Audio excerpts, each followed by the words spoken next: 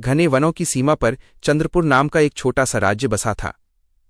चारों ओर ऊंचे ऊंचे साल और सागौन के वृक्ष, बीच से बहती निर्मल धारा और दूर पहाड़ियों पर हर सुबह सुनहरी धूप की चादर। सब कुछ इतना सुंदर था कि कोई विश्वास ही नहीं कर सकता था कि यही भूमि एक गहरे रहस्य को अपने भीतर छिपाए बैठी है। चंद्रपुर के लोग सरल थे, पर एक भय उनके जीवन का हिस्सा था। सूर्यास्त के बाद कोई भी वन की दिशा में नहीं जाता था। बच्चों को बचपन से ही सिखाया जाता, जंगल की सीमा के बाद अंधकार का राज्य है। कहते थे वर्षों पहले वहां कुछ घटा था, कुछ ऐसा जिसने वन को श्रापित कर दिया। उसी चंद्रपुर में एक युवक रहता था, निशांत। निशांत साधारण नहीं था। उसके चेहरे पर गंभीरता थी, आंखों में गहराई और दाहिनी भुजा पर एक अजीब सा नीला चिन्ह जो जन्म से था। गांव के बुजुर्ग उसे देखते तो धीमे स्वर में कुछ फुसफुसाते। उसकी मां अक्सर उस चिन्ह को कपड़े से ढंक देती, जैसे वो कोई राज हो जिसे दुनिया से छिपाना हो। निशांत बचपन से ही अलग था। जहां अन्य बालक खेलते, वो जंगल की ओर खींचा चला जाता। उसे पेड़ों की सरसराहट में शब्द सुनाई देते, हवा में कोई पुकार महसूस होती। उसकी मां उसे रोकती, वन की ओर मत जाया करो। पर वो पूछता, मां, आखिर वहां ऐसा क्या है जिससे सब डरते हैं? मां की आंखों में क्षण भर के लिए पीड़ा झलकती, पर वो चुप रह जाती।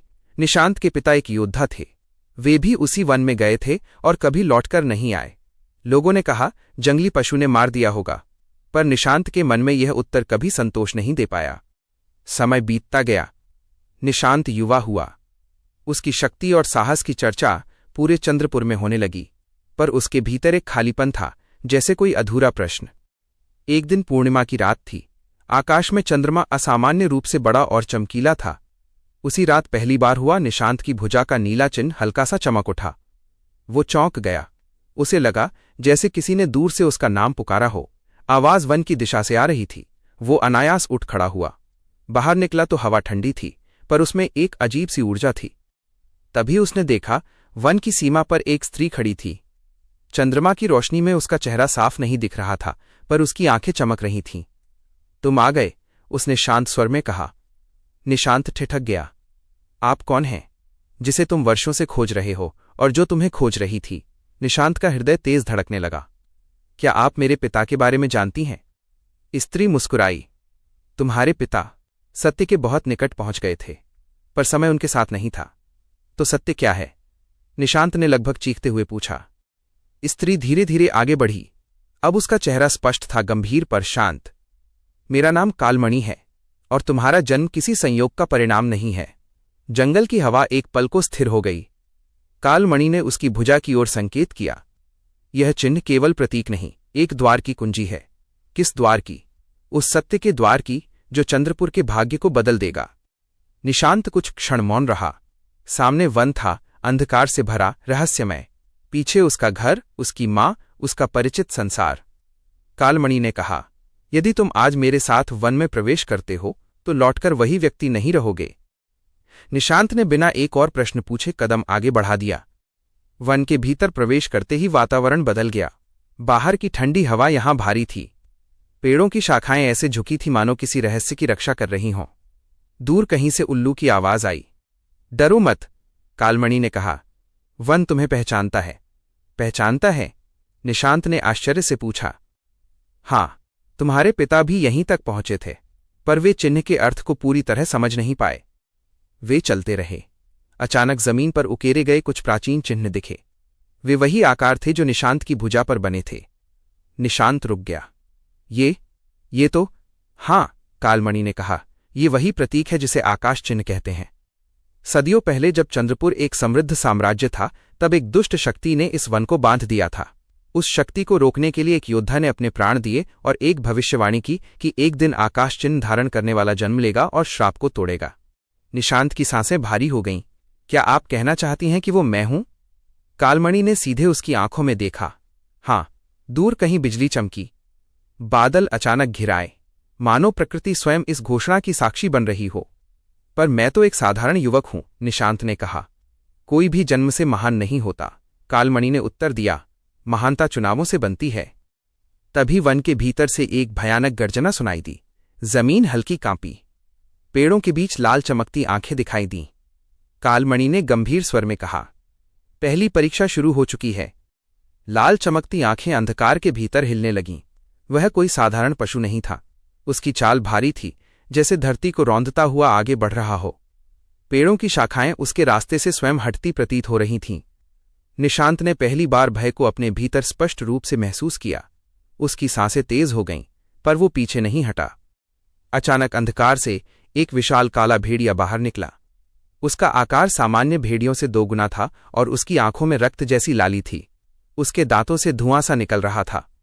कालमणि ने धीमे स्वर में कहा, यह वन रक्षक नहीं, ये श्राप का प्रहरी है। भेड़िया गर्जा और सीधे निशांत की ओर झपटा। निशांत सहज प्रतिक्रिया में एक ओर लुढ़क गया। उसके कंधे से मिट्टी लगी, पर वो तुरंत उठ खड़ा हुआ। उसने पास पड़ी एक मोटी लकड़ी उठा ली। भेड़िया फिर झपटा। इस बार निशांत ने लकड़ी पूरी शक्ति से उसके सिर की ओर घुमाई। प्रहार हुआ, पर भेड़िया जैसे दर्द से अछूता था। उसकी लाल आंखें और भी तेज चमक उठीं।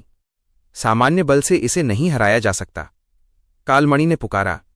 भेड़िया फिर से निशांत पर झपटा और इस बार उसके पंजे ने निशांत की भुजा को छू लिया। उसी क्षण उसकी भुजा का नीला चिन्ह चमक उठा। तेज नीली रोशनी फूटी और भेड़िया कुछ कदम पीछे जा गिरा।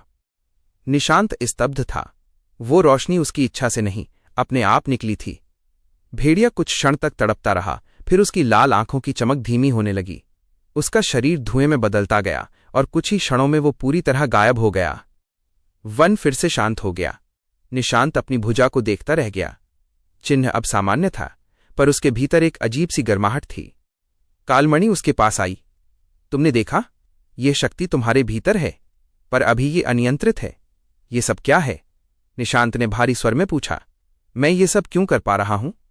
कालमणि ने उत्तर दिया, क्योंकि तुम्हारा रक्त उसी योद्धा की वंश परंपरा से है जिसने पहला बंधन बनाया था। तुम्हारे पिता ने भी ये शक्ति महसूस की थी, पर उन्होंने इसे जागृत नहीं किया। तो क्या वे भी? वे सत्य तक पहुंचे, पर श्राप के रक्षक से लड़ते हुए घायल हो गए। उन्होंने तुम्हें बचाने के लिए स्वयं को समर्पित कर दिया। निशांत की आंखों में आंसू चमक उठे, पर उसने उन्हें गिरने नहीं दिया। तो ये सब समाप्त करना ही होगा। कालमणि ने सिर हिलाया। ये तो बस पहला प्रहरी था। आगे का मार्ग कठिन है। वे आगे बढ़े। वन अब पहले से अधिक घना था। चांद की रोशनी मुश्किल से जमीन तक पहुंच रही थी। कुछ दूरी पर एक प्राचीन पत्थर का द्वार दिखाई दिया, आधा लताओं से ढका हुआ। द्वार पर वही आकाश चिन्ह बना था। निशांत ने धीरे से हाथ बढ़ाया। जैसे ही उसकी उंगलियां उस चिन्ह को छूती हैं, द्वार से हल्की कंपन उठती है। पत्थर पर उकेरे गए अक्षर चमकने लगते हैं। अचानक उसके मन में चित्र उभरने लगे। एक प्राचीन युद्ध, आग की लपटें, एक विशाल छाया और एक योद्धा जो उसी चिन्ह को धारण किए खड़ा है। निशांत पीछे हट गया, हाँफते हुए। मैंने सब देखा।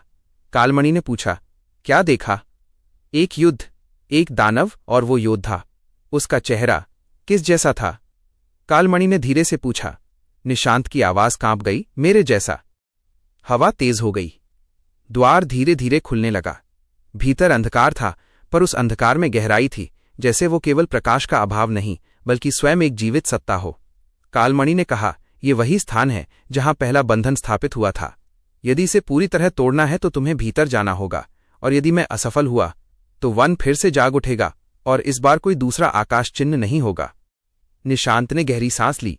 उसने पीछे मुड़कर आखिरी बार वन को देखा, फिर बिना हिचकिचाए भीतर कदम रख दिया। अंदर प्रवेश करते ही उसे लगा जैसे समय धीमा हो गया हो। दीवारों पर प्राचीन चित्र उकेरे थे, एक राजा, उसकी महत्वाकांक्षा, एक निषिद्ध अनुष्ठान और फिर अंधकार का प्रस्फुटन। राजा ने अमृतत्व चाहा, कालमणि की आवाज गूंजी, पर जो शक्ति उसने जगाई वो नियंत्रण से बाहर हो गई। तब उस योद्धा ने, जो तुम्हारा पूर्वज था, अपनी आत्मा का एक अंश उस शक्ति को बांधने में लगा दिया। कक्ष के बीचों बीच एक पत्थर का स्तंभ था, जिसमें से हल्की लाल आभा निकल रही थी। यही है पहला बंधन, कालमणि ने कहा। जैसे ही निशांत उसके निकट पहुंचा, स्तंभ से एक गहरी आवाज निकली, आखिर तुम आ ही गए। निशांत का हृदय जोर से धड़कने लगा। स्तंभ की आभा घनी हुई और उससे एक धुंधली आकृति प्रकट हुई, आधा मानव आधा छाया। मैं इस बंधन का रक्षक हूं, वो स्वर गूंजा, और तुम मेरे उत्तराधिकारी। निशांत ने साहस जुटाया। मैं इसे समाप्त करने आया हूं, आकृति हंसी। समाप्त? यह शक्ति समाप्त नहीं होती, इसे केवल बांधा जा सकता है, और हर बार कोई न कोई अपनी आत्मा का अंश खोता है। निशांत समझ गया, यदि उसने ये बंधन तोड़ा तो कीमत चुकानी होगी। कौन सी कीमत? उसने पूछा। तुम्हारी स्मृतियां, तुम्हारा अतीत, शायद तुम्हारी पहचान। क्षण भर के लिए उसके भीतर भय ने सिर उठाया। क्या वो अपनी माँ को, अपने पिता को, अपना बचपन सब कुछ भूल जाएगा? कालमणि ने धीमे स्वर में कहा, निर्णय तुम्हारा है। कक्ष में मौन छा गया। निशांत ने आंखें बंद कीं। उसे अपने पिता का चेहरा याद आया, उनका साहस, उनका त्याग। उसने धीरे से कहा, यदि मेरी स्मृतियां जाती हैं पर सब सुरक्षित रहते हैं तो ये सौदा स्वीकार है। जैसे ही उसने स्तंभ को स्पर्श किया, उसकी भुजा का चिन्ह तेजी से चमक उठा। नीली और लाल आभा आपस में टकराने लगी। कक्ष कांप उठा। दीवारों से धूल गिरने लगी। आकृति चीखी, सोच लो, एक बार शुरू हुआ तो वापस नहीं होगा। पर निशांत अब स्थिर था। प्रकाश की एक तीव्र लहर पूरे कक्ष में फैल गई और उसी क्षण समय जैसे थम गया। निशांत को लगा मानो वो गिर रहा हो, अंधकार में नहीं बल्कि स्मृतियों के समुद्र में। उसके सामने बचपन के दृश्य तैरने लगे। माँ की गोद, पिता की हंसी, चंद्रपुर की गलियां, पूर्णिमा की रातें, सब कुछ एक एक कर चमकता फिर धुंधला होता जा रहा था। पत्थर का स्तंभ दरारों से भरने लगा। लाल आभा बिखर रही थी, जैसे कोई कैद शक्ति मुक्त होने को छटपटा रही हो। कालमणि चिल्लाई, निशांत, ध्यान केंद्रित करो, स्मृतियां मत छोड़ो, उन्हें थामे रखो। निशांत ने भीतर से प्रतिरोध किया। उसे एहसास हुआ बंधन तोड़ने का अर्थ स्मृतियां खोना नहीं बल्कि भय से मुक्त होना है। रक्षक ने उसे भ्रमित किया था। कीमत स्मृतियां नहीं बल्कि भय का त्याग थीं। उसने दृढ़ स्वर में कहा, मैं अपना अतीत नहीं छोड़ूंगा, मैं उसे स्वीकार करूंगा। उसकी भुजा का चिन्ह पहले से अधिक तेज चमका। नीली रोशनी लाल आभा को ढंकने लगी। स्तंभ के भीतर से गहरी कराह निकली।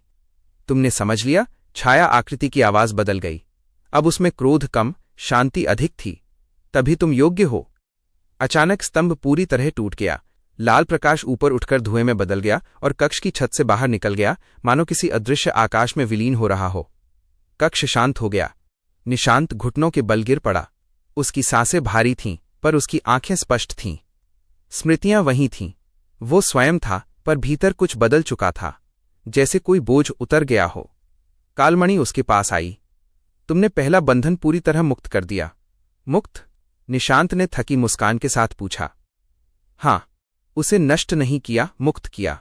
जो शक्ति कैद थी वो अब शुद्ध हो गई है। तभी जमीन हल्के से कांपी। कक्ष की दीवारों पर उकेरे गए चित्र चमकने लगे। उनमें दिखा वही प्राचीन योद्धा जिसने पहला बंधन बनाया था, पर इस बार उसका चेहरा स्पष्ट था।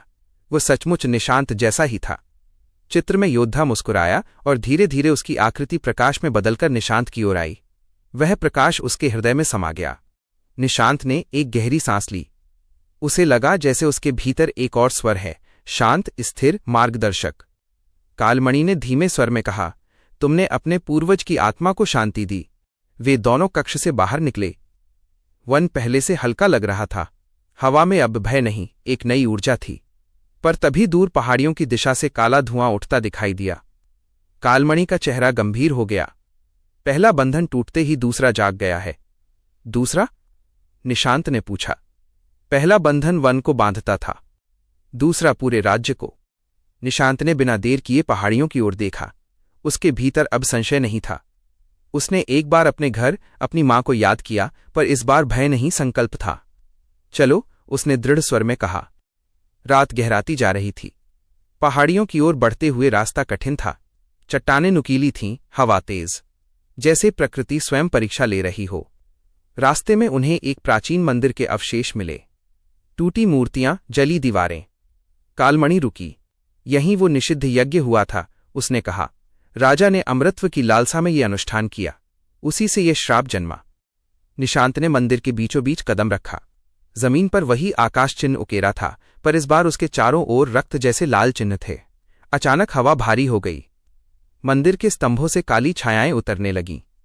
एक गहरी आवाज गूंजी, पहला बंधन तोड़ दिया, अब दूसरे की बारी है। निशांत ने चारों ओर देखा। छायाएं मिलकर एक विशाल आकृति बना रही थीं, मानव से कई गुना ऊंची, आंखें अंगारों सी, शरीर धुएं का। मैं वो शक्ति हूं जिसे बांधने का दुस्साहस किया गया, वो गर्जी। और तुम उसी रक्त की संतान। निशांत ने शांत स्वर में कहा, मैं बंधन तोड़ने आया हूं, विनाश करने नहीं। आकृति हंसी। बंधन?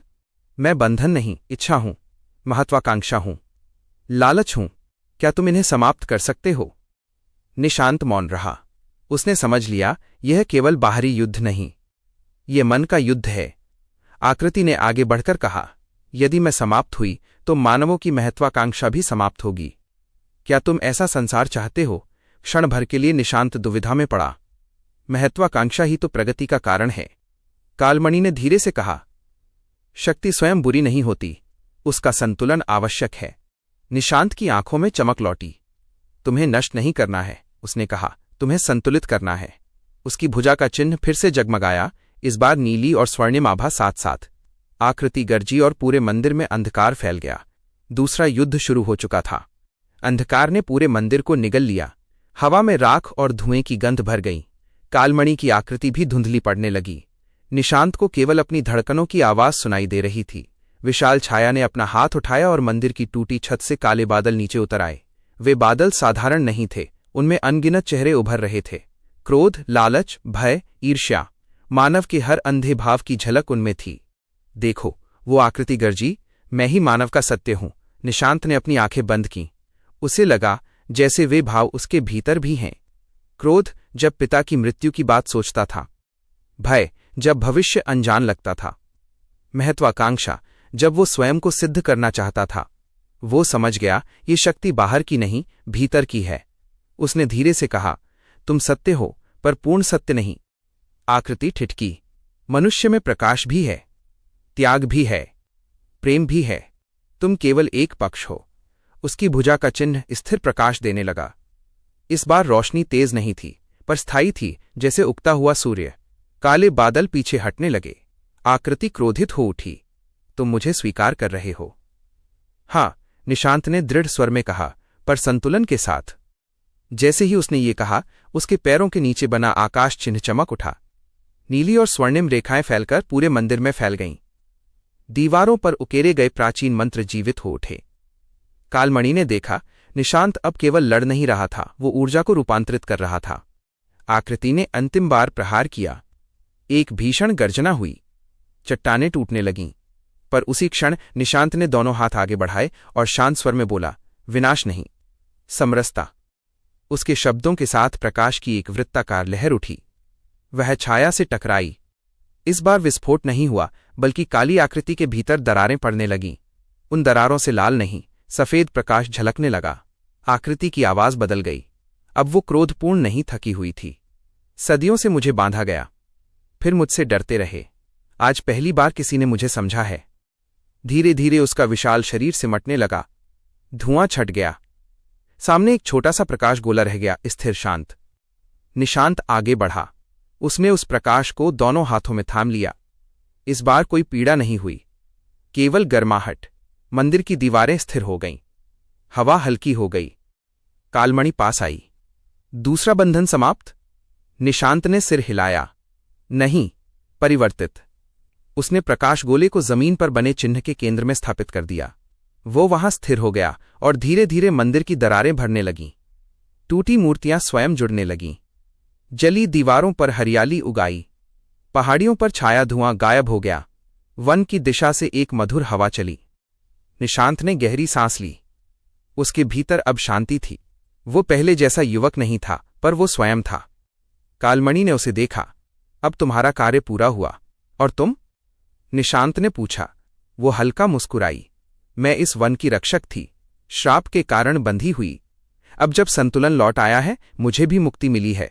उसकी आकृति धीरे धीरे प्रकाश में बदलने लगी। निशांत ने आगे बढ़कर कहा, क्या तुम चली जाओगी? प्रकाश कभी जाता नहीं, उसने कहा, बस रूप बदलता है। क्षण भर में वो आकाश में विलीन हो गई। निशांत अकेला खड़ा था, पर अकेलापन नहीं था। उसे महसूस हुआ कि वन, पहाड़, हवा सब उसके साथ हैं। सुबह की पहली किरण पहाड़ियों पर पड़ी। चंद्रपुर में उसी समय लोग आश्चर्य से जागे। वर्षों बाद पहली बार वन की दिशा से भय नहीं, पक्षियों का मधुर स्वर आया था। निशांत धीरे धीरे वापस गांव की ओर चला। उसकी मां घर के बाहर खड़ी थी, जैसे प्रतीक्षा कर रही हो। उसकी आंखों में प्रश्न थे, पर जब उसने निशांत को देखा तो बिना कुछ पूछे उसे गले लगा लिया। सब ठीक हो गया? उसने धीमे से पूछा। निशांत ने मुस्कुराकर कहा, हाँ, अब कोई भय नहीं। दिन बीतते गए। वन अब खुला था। लोग धीरे धीरे वहां जाने लगे। खेतों में हरियाली बढ़ी। नदी का जल और निर्मल हो गया। पर निशांत ने कभी उस शक्ति का प्रदर्शन नहीं किया। उसने उसे अपने भीतर संतुलित रखा। लोग उसे वीर कहते थे, पर वो केवल मुस्कुरा देता। पूर्णिमा की रात जब चंद्रमा चमकता, उसकी भुजा का चिन्ह हल्का सा दमक उठता, याद दिलाने के लिए कि संतुलन बनाए रखना ही सच्ची विजय है। और इस तरह चंद्रपुर का श्राप समाप्त हुआ, विनाश से नहीं, समझ से।